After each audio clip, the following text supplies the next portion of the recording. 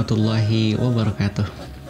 Sahabat mata hati yang dirahmati Allah, alhamdulillah kembali kita dipertemukan di dalam program Kata Hati, kajian mata hati bersama saya Kurnia Rahmat, dan insyaallah kita akan melanjutkan kajian kita pada program Kata Hati ini. Dan pada pertemuan sebelumnya kita sudah membahas mengenai takwa ya, dan mungkin beberapa ciri terkait dengan takwa tersebut. Tapi insyaallah pada pertemuan kali ini kita coba untuk lebih eksplorasi cara mendalam ya mengenai apa yang dinamakan dengan takwa itu. Dan di dalam Al-Qur'an surat Al-Baqarah ayat yang pertama sampai dengan ayat yang kelima ya. Di sana Allah Subhanahu wa taala menggambarkan mengenai ciri-ciri orang yang bertakwa. Baik, adapun ayat yang pertama ya Alif Lam Mim itu terkait dengan rahasia yang terdapat di dalam Al-Quran ya. Maka di antara Fawatihus Suwar, apa itu Fawatihus Suwar? Fawatihus Suwar itu pembuka daripada surat-surat. Itu ada yang dinamakan dengan al-huruful muqatta'ah ya, huruf-huruf yang terpisah dan kemudian dia harus dibaca seperti itu ya. Dan itu min asraril Quran, dia adalah di antara rahasia-rahasia yang terdapat di dalam Al-Quran ya. Alif Lam Mim, Nun, Qaf ya. Alif Lam Ra itu adalah merupakan al-huruful muqatta'ah yang kebanyakan ulama ya mereka kemudian memberikan tafsir wallahu a'lamu bimuradihi, hanya Allah yang mengetahui ya terhadap maknanya, atau Allah yang lebih mengetahui terhadap maksud daripada huruful muqatta'ah tersebut. Baik itu. Nah, kemudian kita coba sekarang gali lebih mendalam, yaitu ayat yang pertama atau ayat yang kedua. Di sana Allah Subhanahu wa taala berfirman, "Dzalikal kitabu la raiba fihi hudal lil muttaqin." Ya. Dzalika ya, Ibnu Katsir mengatakan bahwa dzalika di sini bermakna hadza ya. Oleh sebab itu maka dzalika diterjemahkannya itu ini ya, bukan itu. Terjemahkannya ini dan bukan itu. Jadi zalikal kitab, inilah Alkitab ya.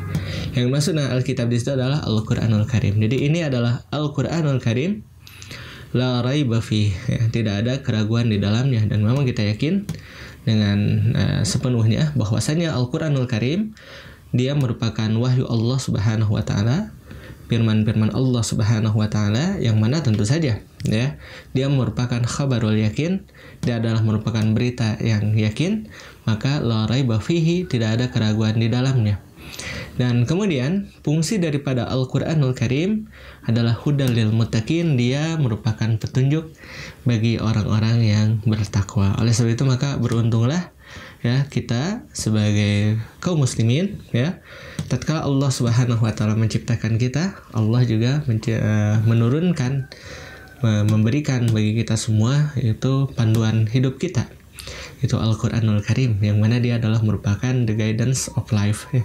Dia adalah merupakan panduan di dalam kehidupan kita ya, dari hudal lil muttaqin. Nah, kemudian siapa yang dimaksud dengan orang-orang yang bertakwa itu ya?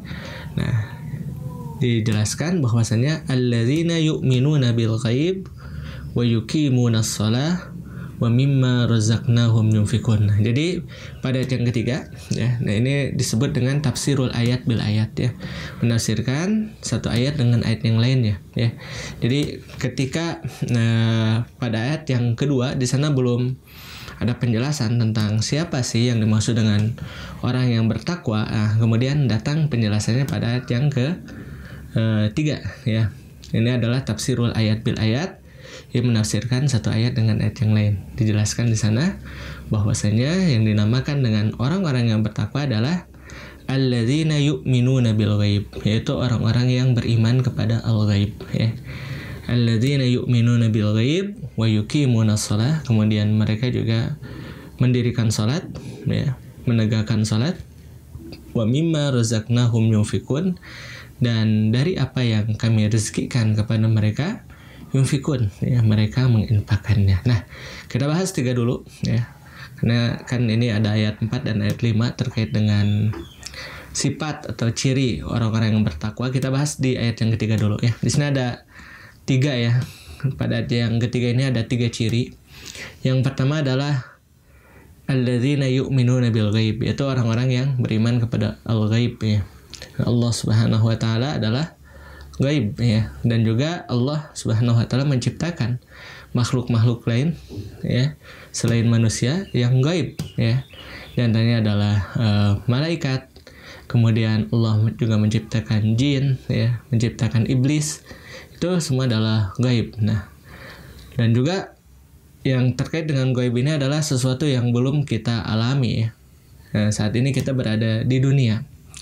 Nah, dan nanti kita akan berpindah kepada alam selanjutnya yang dinamakan alam akhirat, dan alam akhirat juga gaib ya. Nah, oleh sebab itu maka keimanan kita kepada al-ghaib ini juga terkait dengan nantinya yaumul akhir ya, hisab, mizan dan sebagainya. Ya, itu adalah merupakan keimanan kita kepada yang gaib. Nah, dan kita harus meyakininya ya. Kenapa kita harus meyakini dengan yang gaib tersebut? Agar kita memiliki persiapan. Agar kita memiliki persiapan untuk menuju kepada peristiwa yang akan kita hadapi di masa yang akan datang ya.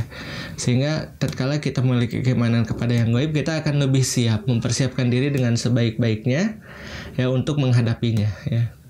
Dan juga keimanan kepada yang gaib ini menunjukkan bahwasanya we not alone ya, bahwasanya kita tidak sendirian nih hidup di dunia ini ya. Ternyata Allah Subhanahu wa taala juga menciptakan makhluk-makhluk lain ya, yang mereka adalah merupakan makhluk yang gaib. Kemudian ya, wa yuqimunas shalah ya, dan mereka adalah orang-orang yang mendirikan salat. Nah, apa sih bedanya ya antara mendirikan salat dengan mengerjakan salat? Nah, ada yang mengatakan begini ya, bahwasanya apabila salat hanya sekedar dikerjakan, dia adalah bara'atuz zimmah ya, sekedar gugur kewajiban, berlepas dari tuntutan. Itu yang dinamakan dengan salat yang hanya kerjakan. Berbeda dengan salat yang didirikan, salat yang ditegakkan. Maka salat yang ditegakkan ya, dia akan apa? Dia akan tanha anil fahsya'i wal munkar. Dia akan mencegah dari perbuatan keji dan munkar. Nah, oleh sebab itu maka orang bertakwa dalam kehidupannya dia mendirikan salat, tidak hanya sekedar melaksanakan salat, tidak hanya sekedar mengerjakan salat, akan tapi dia mendirikan salat, menegakkan salat, yang mana kemudian salatnya itu mewarnai kehidupannya. Nah, itu jadi salatnya itu mewarnai kehidupannya. Dia terwarnai dengan salatnya itu. Ya, sehingga menjadikan dia sebagai pribadi yang lebih baik ya dengan salatnya itu. Ya. Jangan sampai terkena dengan istilah STMJ ya. Apa itu STMJ? Salat terus maksiat jalannya. Jadi ya, orang yang salat akan tapi juga melaksanakan kemaksiatan. Berarti salatnya itu belum sampai kepada tahap mendirikan. Dia baru mengerjakan salat, pelaku salat saja ya. Dan yang terakhir, para sahabat mata hati yang dirahmati Allah yang pada bahasan hari ini ya, yaitu wa mimma razaqnahum yunfikun, dan mereka menginfakkan sebagian yang kami rezekikan kepada mereka. Dan infak ini luar biasa. Masalul ladzina yunfikuna amwalahum fisabilillah kamasali habbah ya. Perumpamaan orang-orang yang menginfakkan hartanya di jalan Allah itu kan seperti habbah ya.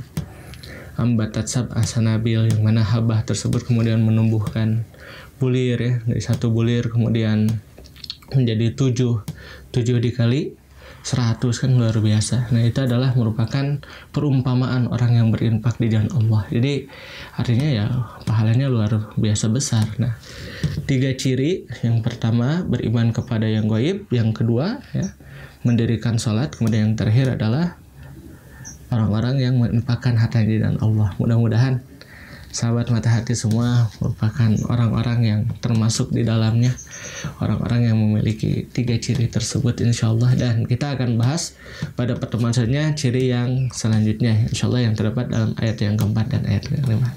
Alhamdulillah, saya Kurnia Rahmat undur diri ya. Mudah-mudahan bermanfaat kita semua dan kita semua termasuk ke dalam orang-orang yang bertakwa.